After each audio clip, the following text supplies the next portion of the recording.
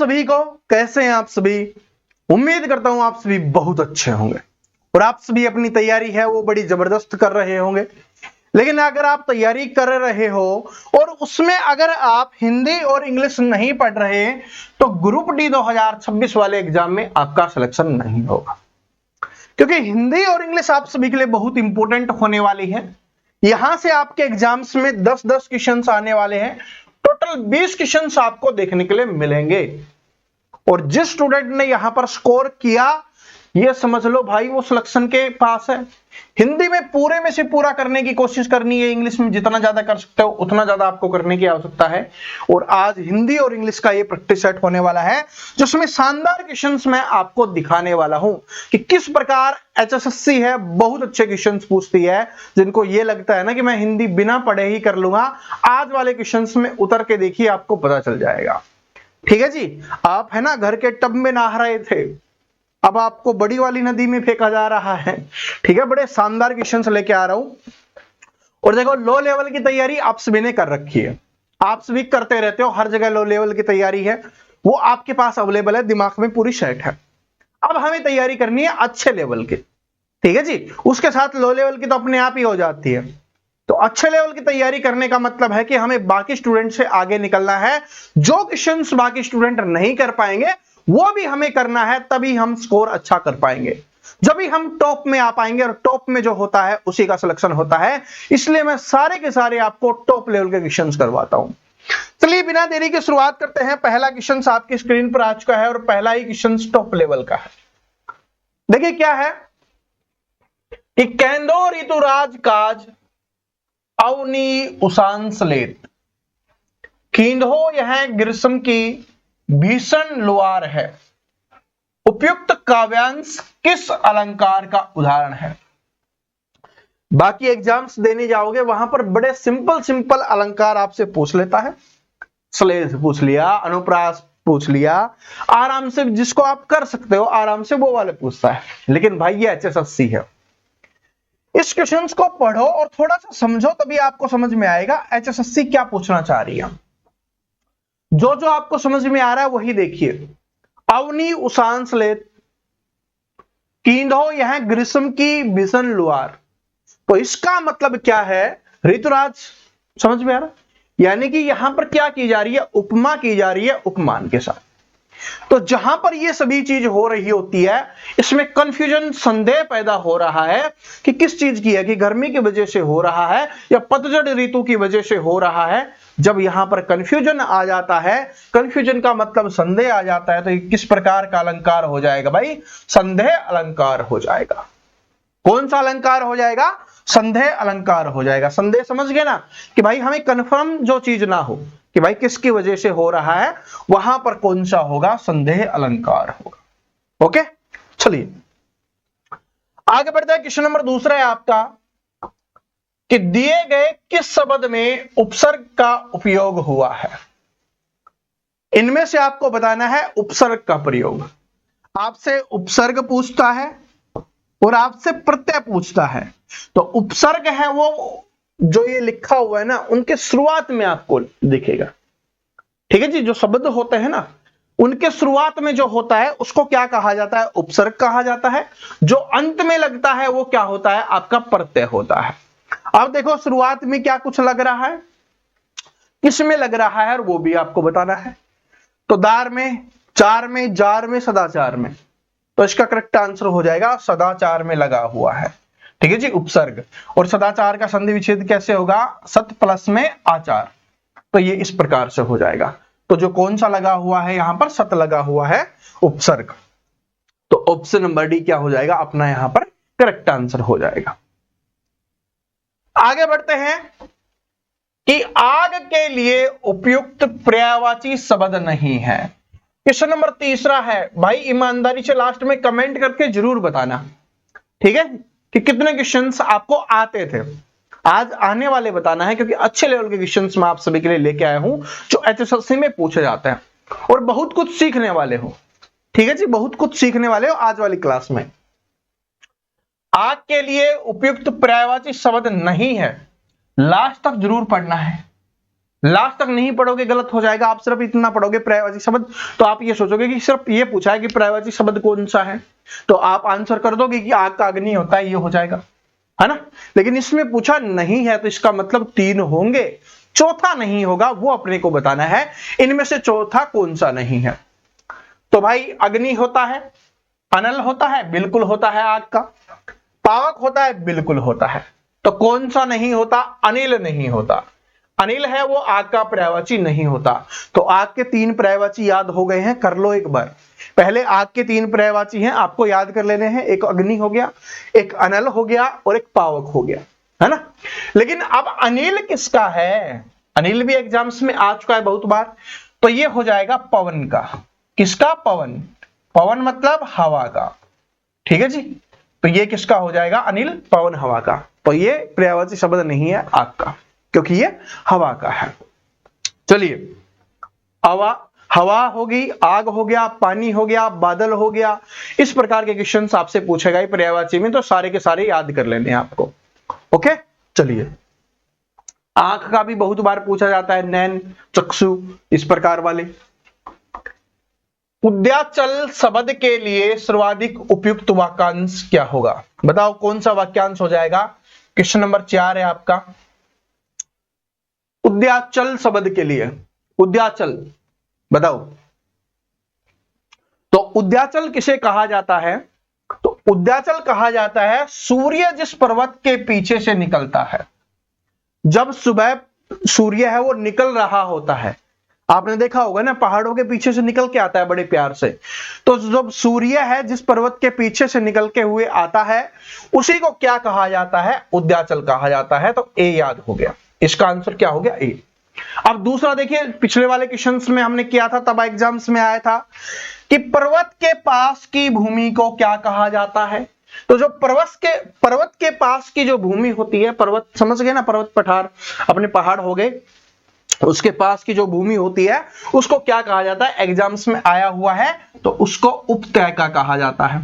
पिछले क्लास में ही हमने याद किया था, तो उसको क्या कहा जाता है? उपत्यका। याद कर लो कि ये पहले पूछ चुका है, इस बार हो सकता है कि ये आ जाए, ठीक है। तो पर्वत के पास की भूमि को क्या कहा जाएगा? उपत्यका। आगे याद करो कि सूर्योदय से पूर्व के समय को क्या कहा जाएगा? सूर्योदय से, यानी कि सूर्य उदय होने वाला होता है। आपने देखा होगा जब सुबह उठते हो ना जल्दी, तो सुबह उठते हो आपने देखा होगा थोड़ी सी लालिमा छा जाती है और उसके बाद सूर्य उदय हो रहा होता है। तो उसी समय के बारे में बात किया गया है। तो जो सूर्योदय से पूर्व का जो समय होता है उसको क्या कहा जाता है? उषा काल कहा जाता है। इसके अलावा कि सूर्य के अस्त होने के स्थान को, जब उदय होने के स्थान को उद्याचल कहा जाता है, तो सूर्य के अस्त होने के स्थान को, अस्त का मतलब जब शाम को ढल रहा होता है, उस स्थान को क्या कहा जाता है? जैसे पहाड़ के पीछे जा रहा होता है उसको कहा जाएगा। जिसमें उदय होता है तो उद्याचल, तो अस्त होगा तो अस्ताचल हो जाएगा, ठीक है जी। अस्त होगा तो क्या हो जाएगा? अस्ताचल हो जाएगा, ठीक है। ये 4 याद हो गया आप सभी को, इनमें से कोई भी आपके एग्जाम्स में पूछ सकता है। आगे बढ़ते अगला क्वेश्चन देखिए क्या है। क्वेश्चन नंबर 5 है आपका कि पुरुषोत्तम समस्त पद का विग्रह होगा पुरुषों में उत्तम, ठीक है जी। इसमें करके ही दे दिया है आपको विग्रह कि पुरुषोत्तम का विग्रह क्या होता है? पुरुषों में उत्तम। उपयुक्त समास में तत्पुरुष समास का कौन सा प्रकार है? अब जो रटने वाले स्टूडेंट होंगे ना, उन्होंने रटा होगा कि तत्पुरुष है, लेकिन ये क्या है? ये है अपनी HSSC, बोला रट के आया है, चलो अभी मुंह पे मुक्का मारती हूं, ठीक है जी। चलो अभी मुंह पे मुक्का मारती हूं, बताओ तत्पुरुष में भी कौन सा है? अब तत्पुरुष में अब 4 आपको बताने हैं।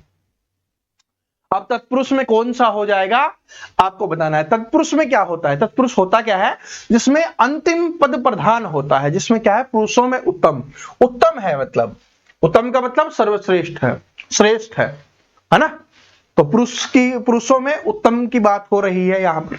अब बताओ, पुरुषोत्तम श्री राम, ठीक है जी, आपने सुना होगा पुरुषोत्तम श्री राम। अब बताइए कौन सा हो जाएगा? ये कौन सा हो जाएगा? ये हो जाएगा अधिकरण तत्पुरुष। कौन सा हो जाएगा? अधिकरण तत्पुरुष। क्यों होगा? क्योंकि देखो पुरुषों में उत्तम में मे लगा हुआ है, जहां पर मे कारक आ जाता है वो कौन सा हो जाएगा भाई, अधिकरण तत्पुरुष हो जाता है। ठीक है जी, मे कारक आया है इसमें, तो मे के कारण की वजह से क्या हो गया, अधिकरण हो गया। तो इसके वजह से क्या हो जाएगा, मे की वजह से अधिकरण आ गया, तो अधिकरण तत्पुरुष बन गया। लेकिन संबंध तत्पुरुष क्या होता है सर जी, अगर इस मे की जगह पे का के की होता, क्योंकि संबंध बहुत बार आ चुका है, अगर मे की जगह पे क्या होता, का के की होता, तब जाके क्या बन जाता, अपना क्या बन जाता, संबंध तत्पुरुष बन जाता। ठीक है जी, क्या बन जाता, संबंध तत्पुरुष बन जाता। लेकिन सर जी अपादान भी तो अपादान भी तो हो सकता है, तो अपादान से, तो अगर इस में की जगह पे क्या होता, से होता, तो क्या हो जाता, अपादान तत्पुरुष हो जाता। लेकिन सर जी ये भी तो आ सकता है ऑप्शन नंबर डी वाला, संप्रदान तत्पुरुष भी तो हो सकता है।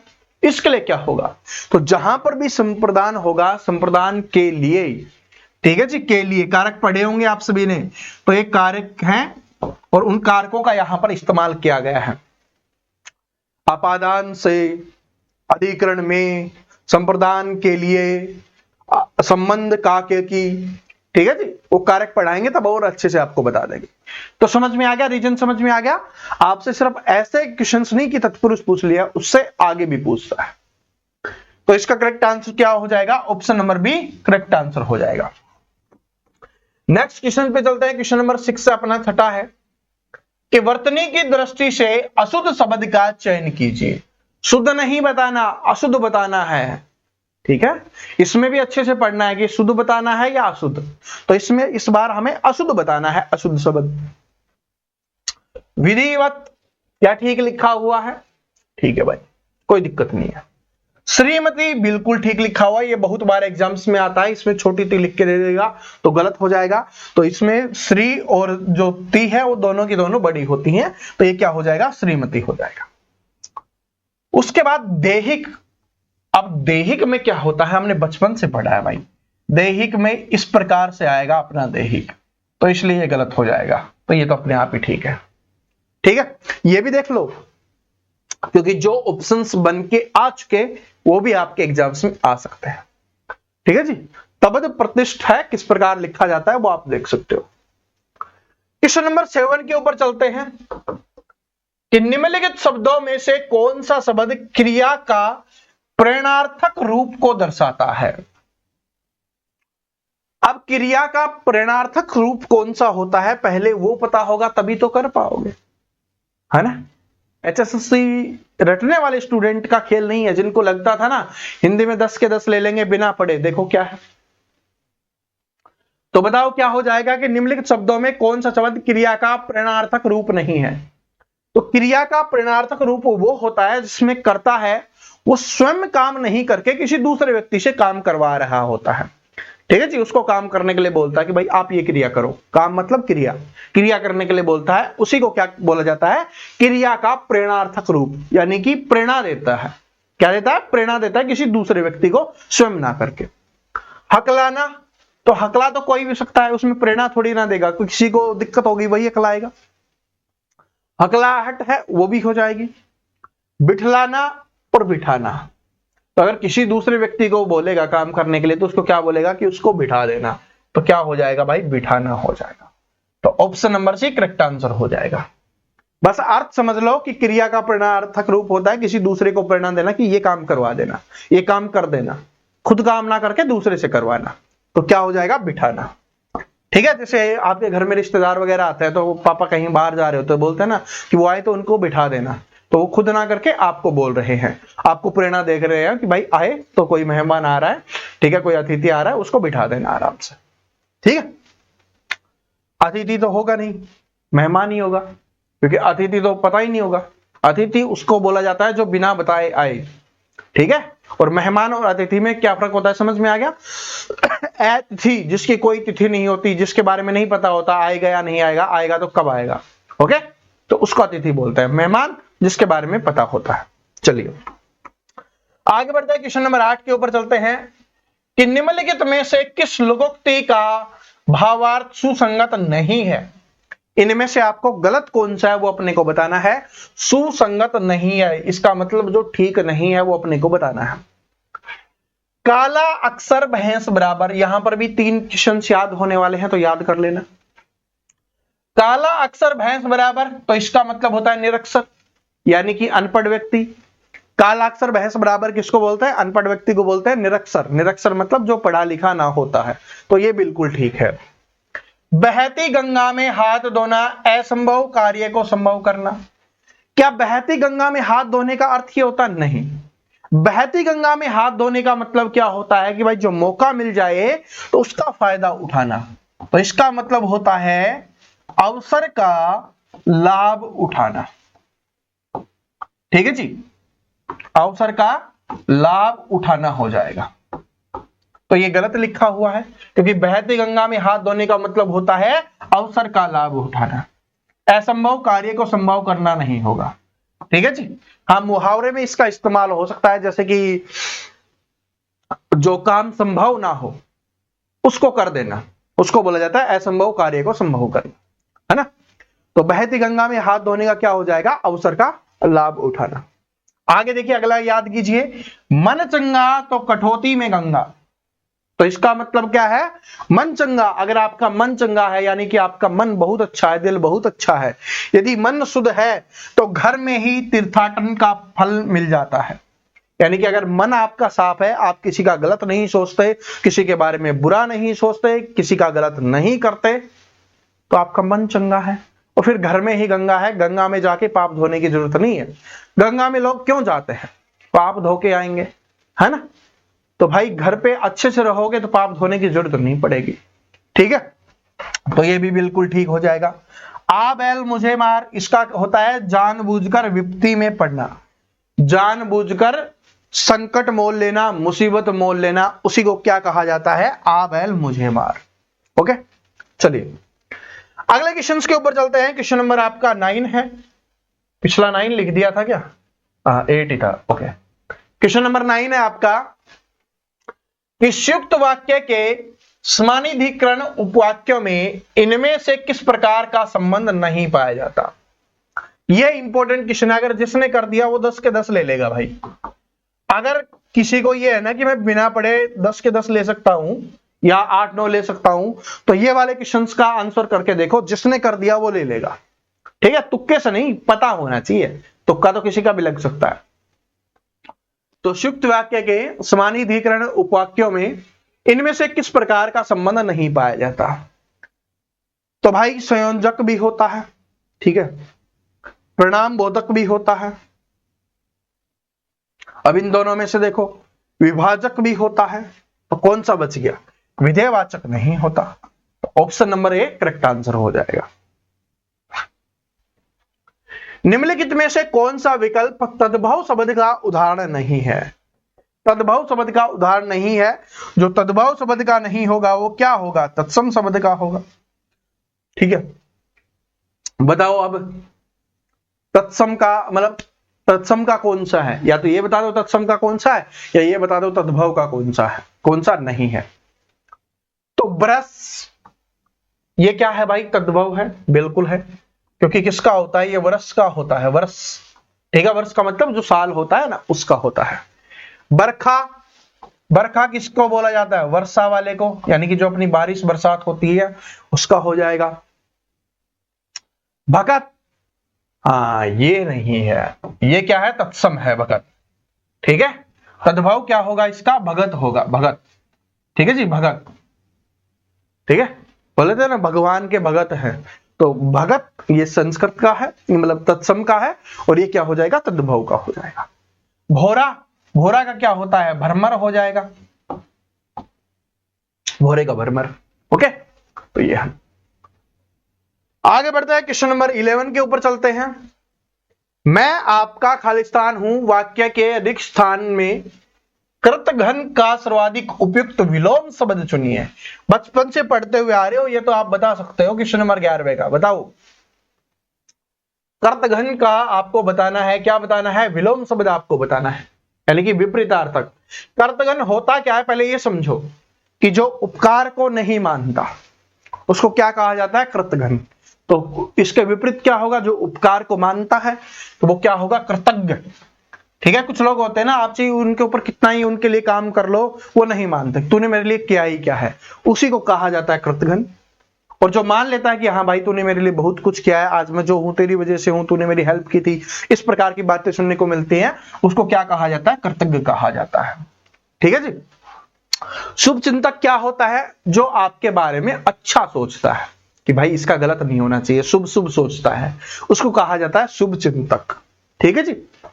समर्थक क्या होता है, जो आपका समर्थन करता है कि आप जो काम कर रहे हो, हाँ भाई ठीक है कर ले। ठीक है, जैसे आपके दोस्त हो गए, माता पिता हो गए, हाँ कोई भी हो सकता है। तो समर्थक का मतलब होता है जो आपका समर्थन करता है। ठीक है, चलिए आगे बढ़ते हैं, अगले क्वेश्चन के ऊपर चलते हैं। क्वेश्चन नंबर 12 है आपका, क्या है क्वेश्चन नंबर 12 कि दिए गए वाक्यों में किस विकल्प में कारक चिन्ह का सर्वाधिक उपयुक्त प्रयोग हुआ है। सर्वाधिक उपयुक्त प्रयोग हुआ है मतलब जिसमें ठीक प्रयोग हुआ है वो अपने को बताना है, ठीक वाला बताना है, गलत वाला नहीं, ठीक वाला। तितली फूल में रस पी रही है, तो तितली है फूल में नहीं होगा, फूल से होगा। तितली है वो फूल से रस पी रही है, फूल में नहीं, फूल से रस पी रही है। तो ये तो गलत है भाई, सही वाला अपने को बताना है। खेतों में हल चल रहे हैं, खेतों में नहीं होगा, खेतों पर हल चल रहे होते हैं, खेतों में नहीं, खेतों पर हल चल रहे होते हैं। तो ये भी क्या हो गया, गलत हो गया। किस डाली में आम लटक रहे हैं, किस डाली में नहीं होगा, किस डाली पर होगा कि किस डाली पर आम लटक रहे हैं। ठीक है, तो ये भी गलत है। तो 3 गलत है, चौथा अपने आप ही ठीक है। और पढ़ के भी देख लो कि बाढ़ के जल से पूरा घर डूब गया है, तो बाढ़ के जल से पूरा घर डूब गया है, बिल्कुल ठीक लिखा हुआ है। तो option number D correct answer हो जाएगा। बाकी क्या क्या बदलाव है वो मैंने आपको बता दिया है। ठीक है जी, जिस प्रकार से अपनी प्रीपोजिशंस होती है ना इंग्लिश में, वही यही है। चलिए, निम्नलिखित में से कौन सा संधि का एक प्रकार नहीं है। तो संधि के प्रकार तो सभी को पता ही होगा, क्वेश्चन नंबर 13 है आपका। संधि का प्रकार तो सभी को पता ही होगा, कीजिए इनमें से कौन सा संधि का प्रकार नहीं है। तो क्या आपने यण संधि पढ़ी है, बिल्कुल पढ़ी है। अयादी संधि बिल्कुल पढ़ी है सर जी। द्रव्य संधि बिल्कुल पढ़ी है। तो जब तीनों प्रकार हो जाएंगे, जो नहीं है वो अपने को बताना है, तो ऑप्शन नंबर ए नहीं होगा। ठीक है, क्या पढ़ी है, ये नहीं पढ़ी ना, तो ये नहीं है संधि का प्रकार। आगे बढ़ते अगले क्वेश्चन के ऊपर चलते हैं कि विराम चिन्ह की दृष्टि से निम्नलिखित वाक्यों से अशुद्ध वाक्य छांटिए। अशुद्ध वाक्य आपको छांटना है कि इनमें से अशुद्ध कौन सा है। क्वेश्चन नंबर 14 है आपका, अशुद्ध आपको छांट के बताना है, अशुद्ध गलत वाला। उसने बताया कि वे सुबह सुबह घर छोड़ देंगे, तो ये तो लगाने की आवश्यकता ही नहीं है, जब की लगा दिया तो कुछ लगाने की आवश्यकता ही नहीं है। उसने बताया कि वे सुबह सुबह घर छोड़ देंगे, अगर की नहीं लगाता फिर किसी का इस्तेमाल करते, की लगा दिया है तो उसने बताया कि सुबह सुबह घर छोड़ रहे हैं, तो इस वजह से ये गलत हो गया, तो ये गलत है। बस यही हमें बताना था अशुद्ध। बाकी आप देख सकते हो, अरे अरे सांप, बाकी देखने की आवश्यकता ही क्या है, आंसर निकल गया बस। इसमें कुछ सीखने वाला है ही नहीं, जो सीखने वाला होता है मैं अपने आप ही बता देता हूं। ये वाला देखिए क्वेश्चन नंबर 15 है आपका। आपको क्या करना है, एक्टिव वॉइस आपको बतानी है। ठीक है जी, अब इसका बताइए, it is being read by us. Passive voice हमें दी गई है और इसका एक्टिव वॉइस हमें बनाना है, तो बताइए। तो लास्ट में क्या है, अस है, तो पैसिव है, इसको एक्टिव बनाओगे तो अस का क्या बन जाएगा, वी। तो वी लिखोगे तो वी इन तीनों में है, तो ये तो आंसर हो नहीं सकता। अब इन तीनों में देखेंगे वी के साथ किसका इस्तेमाल होगा, वी के साथ किसका इस्तेमाल होता है, आई के साथ एम का होता है। ठीक है जी, बाकी जगह इज का होता है और कुछ जगह आर का होता है। वी मतलब हम, तो प्लूरल है, तो वहां पर किसका होगा, आर का होगा, इज एम आर ही होगा। तो इज एम आर, आर किसमें, इसमें है, तो यही आपका आंसर हो गया, वी आर रीडिंग इट। ठीक है जी, चलिए आगे बढ़ते अगला क्वेश्चन देखिए क्या है। आपको एंटोनिम बताना है। ये पैसेज वगैरह छोड़िए, बस इतना पढ़िए कि एंटोनिम आपको बताना है किसका, लीगल का। लीगल का एंटोनिम आपको बताना है। एंटोनिम मतलब विपरीत, विपरीतार्थक शब्द, विलोम शब्द आपको बताना है। तो लीगल का मतलब क्या होता है? लीगल का मतलब होता है जो कानून के अनुसार हो, उसको लीगल कहते हैं। तो इसका विपरीत क्या होगा? जो कानून के अनुसार ना हो उसको क्या कहेंगे? इलीगल कहेंगे। तो ये भी सुना होगा आपने कि भाई लीगल काम कर रहा है, सही काम कर रहा है, इलीगल कर रहा है, कानून के खिलाफ काम कर रहा है, तो उसको क्या कहेंगे? इलीगल कहेंगे। आगे बढ़ते हैं, अगले क्वेश्चन पे चलते हैं। अगला क्वेश्चन देखिए क्या है। आपको यहां पर बताना है क्या? प्रीपोजिशन, प्रीपोजिशन भरनी है। इसमें आपको प्रीपोजिशन भरनी है। कौन सी प्रीपोजिशन आएगी? देखिए क्या है, visitors in the garden are prohibited, खालिस्तान वॉकिंग ऑन द ग्रास। तो अगर आपको पता होगा जहां पर भी प्रोहिबिटेड आता है उसके साथ कौन सी प्रीपोजिशन का प्रयोग किया जाता है? तो भाई प्रोहिबिटेड का मतलब होता है किसी को प्रतिबंधित कर देना, उसके ऊपर रोक लगा देना। तो उसके साथ होता है प्रोहिबिटेड फ्रॉम। क्या हो जाएगा? Prohibited from. तो प्रोहिबिटेड फ्रॉम हो जाएगा कि किस चीज से रोक लगाई है। तो विजिटर्स को गार्डन से प्रोहिबिटेड किया गया है घास के ऊपर चलने से। तो क्या हो जाएगा? प्रोहिबिटेड फ्रॉम हो जाएगा। Option number C correct answer हो जाएगा। और यहां पर एक बात और ध्यान रखना, प्रोहिबिटेड के बाद फ्रॉम प्रीपोजिशन आएगी और जो यहां पर वर्ब लगेगी वो उसका आईएनजी फॉर्म होगा। ठीक है जी, प्लस इंग होगी, वर्ब प्लस इंग जिसको बोला जाता है। ठीक है, वर्ब प्लस में इंग होगी, आईएनजी उसके साथ लगेगा। ओके, तो ये अपने को ध्यान रख लेना है। आगे बढ़ते हैं, अगले क्वेश्चन के ऊपर चलते हैं। इनडायरेक्ट नरेशन है, उसको आपको बताना है। बताइए इसका, ही सेड 2 and 3 is 5। तो सभी में ही सेड दैट है, तो ये यहां तक तो देखने की आवश्यकता नहीं है। इसके आगे देखियो 2 and 3 सभी में है, तो यहां से देखने की आवश्यकता नहीं है। इसके आगे चेक कीजिए। अब क्या है कि वाज आएगा, वर आएगा, आर आएगा, इज आएगा। तो यहां पर देखिए क्या है, 2 and 3 is 5। तो इसका मतलब ये मैथमेटिकल चीज है, ये प्रूव चीज है। तो जहां पर मैथमेटिकल चीज आ जाए, प्रूव चीज आ जाए, उसमें इजी का इस्तेमाल होता है, तो इज ही होगा। तो option number D correct answer हो जाएगा। He said that 2 and 3 is 5। ठीक है जी, तो ऑप्शन नंबर डी क्या हो जाएगा? यहां पर करेक्ट आंसर हो जाएगा। आगे बढ़ते हैं, अगले क्वेश्चन के ऊपर चलते हैं। आपको इनमें से बताना है कि कौन सा इस्तेमाल होगा। ठीक है जी, एप्रोप्रिएट मतलब सही कौन सा है वो आपको बताना है। एप्रोप्रिएट का मतलब होता है सही, इन एप्रोप्रिएट इसका विपरीत हो जाएगा। कभी एंटोनिम सिनोनिम में आपसे पूछ सकता है। He was advised Khalistan the seminar without preparation, कि उसने उसको सलाह दी थी कि बिना तैयारी के सेमिनार नहीं जाना चाहिए, है ना। तो अब देखिए कौन सा होगा। तो इसका हो जाएगा नोट टू अटेंड। ये मैं आपको पहले भी करवा चुका हूं क्योंकि ये बहुत बार एग्जाम्स में रिपीट हो चुका है। ये एचएसएससी का फेवरेट रहा है, पता नहीं कितनी बार आया है। तो क्या हो जाएगा? Not to attend. क्या हो जाएगा भाई? नोट टू अटेंड, क्योंकि उसने सलाह दी है कि आपको बिना तैयारी के है वो नहीं अटेंड करना चाहिए सेमिनार को। तो सेमिनार जा रहे हो, इतनी अच्छी जगह जा रहे हो, परफॉर्म आपको करना है, तो उसके लिए आपको तैयारी करना जरूरी होता है। ठीक है, वरना दिक्कत हो जाएगी बिना तैयारी के, बिना प्रिपरेशन के। आपको बताना है कि जो अंडरलाइन है, इडियम है, उसका आपको बताना है बेस्ट कौन सा होगा, यानी कि इडियम फ्रेज है उसके बारे में आपको बताना है। किसका? ए हेयर ब्रेड्थ का। बताओ बताओ। तो ए हेयर ब्रेड्थ, हेयर की ब्रेड्थ कितनी होती है? चौड़ाई है कितनी होती है? बहुत कम। तो इसमें यह बोला गया है कि he had a hair breadth escape from the accident, कि वो एक्सीडेंट से इतना बचा जितना कि मतलब कि एक बाल निकलने वाली जगह होती है, कि एक बाल जितनी जगह से, हम बोलता है ना बाल बाल बच गया, एक बाल जितनी जगह से बच गया एक्सीडेंट होता होता। तो इसका मतलब होता है बहुत ज्यादा नैरो जगह से। नैरो का मतलब होता है बहुत कम जगह से। नैरो का मतलब क्या हो गया? बहुत कम। तो क्या हो जाएगा? नैरो हो जाएगा इसका। ठीक है जी। इम्प्रैक्टिकल का मतलब होता है जो प्रैक्टिकल ना हो। फाइटिंग का मतलब तो समझते ही हो। वेरी सेफ का मतलब है सुरक्षित, बहुत सुरक्षित, तो वो तो चीज नहीं होगा। बहुत सुरक्षित बचेगा तो ऐसे बोलेगा ही क्यों। ठीक है, बाल बाल बच गया। चलिए,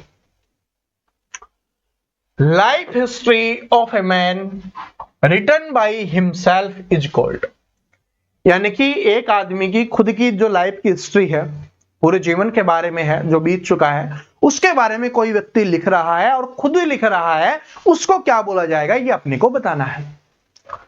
तो अगर किसी व्यक्ति की जीवनी होती है, किसी व्यक्ति की कहानी होती है, आपने सुना होगा कि ये उस व्यक्ति की कहानी के ऊपर मूवी बनी है, ये उस व्यक्ति की कहानी के ऊपर मूवी बनी है, तो उसको कहा जाता है बायोग्राफी। ठीक है जी। लेकिन यहां पर बात हो रही है कि आदमी खुद लिख रहा है। इसको तो देखो, किसी आदमी की जीवनी है, उसके ऊपर कोई दूसरा व्यक्ति है, फिल्म बना रहा है, वो कर रहा है। लेकिन यहां पर अगर आदमी खुद करेगा उस चीज को, उसको कहा जाएगा ऑटोबायोग्राफी। दोनों में अंतर समझ में आ गया? ठीक है जी, दोनों में अंतर समझ में आ गया। बायोग्राफी होती है किसी दूसरे के द्वारा किसी के जीवन पे बनाया जा रहा है, और ऑटोबायोग्राफी होती है स्वयं के द्वारा करना। ठीक है, आगे बढ़ते हैं। क्या बताना है? सिमिलर वर्ड आपको बताना है। सिमिलर वर्ड क्या होगा, इसका आपको सिमिलर वर्ड बताना है कि सिमिलर वर्ड क्या हो जाएगा। तो ये क्वेश्चन आप सभी का होमवर्क क्वेश्चन है।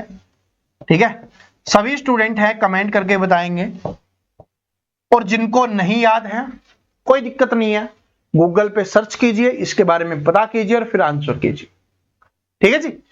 यहां पर अपना हिंदी और इंग्लिश का ये टेस्ट है वो समाप्त होता है। उम्मीद करता हूं अच्छा लगा होगा, क्वेश्चंस अच्छे लगे होंगे। तो अच्छा लगा तो लाइक कर देना और कमेंट में जरूर बताना क्वेश्चंस का लेवल कैसा था, आपको समझ में आया या नहीं आया, क्लास कैसी लगी। ठीक है, कितने आपने सही किए, आज गलत वाले नहीं, आज सही वाले बताने हैं। टोटल क्वेश्चंस कितने थे? 22 क्वेश्चंस थे टोटल। ठीक है, 22 क्वेश्चंस में से आपको कमेंट करके बताना है। ठीक है, 22 क्वेश्चंस में से आपको कमेंट करके बताना है कि आपने कितने ठीक किए हैं। ठीक है, और ये पहला हिंदी इंग्लिश का पहला प्रैक्टिस सेट था, तो इसलिए कम क्वेश्चंस रखे हैं, आगे संख्या है वो बढ़ जाएंगी। ओके, 50-50, 30-30, 40-40 क्वेश्चंस हम लेके आ रहे होंगे जो शानदार होंगे। ठीक है, और जिसने अभी तक सब्सक्राइब नहीं किया, सब्सक्राइब करके बेल आइकन को प्रेस कर लेना, ताकि आने वाली सभी क्लासेज आपको मिल सके। क्लासेज की टाइमिंग मैं आपको बता देता हूं।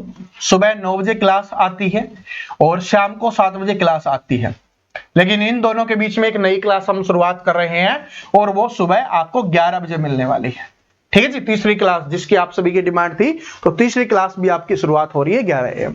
तो ये तीनों क्लास आप देखा करो। ओके जी, मिलता है नेक्स्ट वीडियो में। तब तक हंसते रहिए, मुस्कुराते रहिए, पढ़ते रहिए। राम राम सभी को।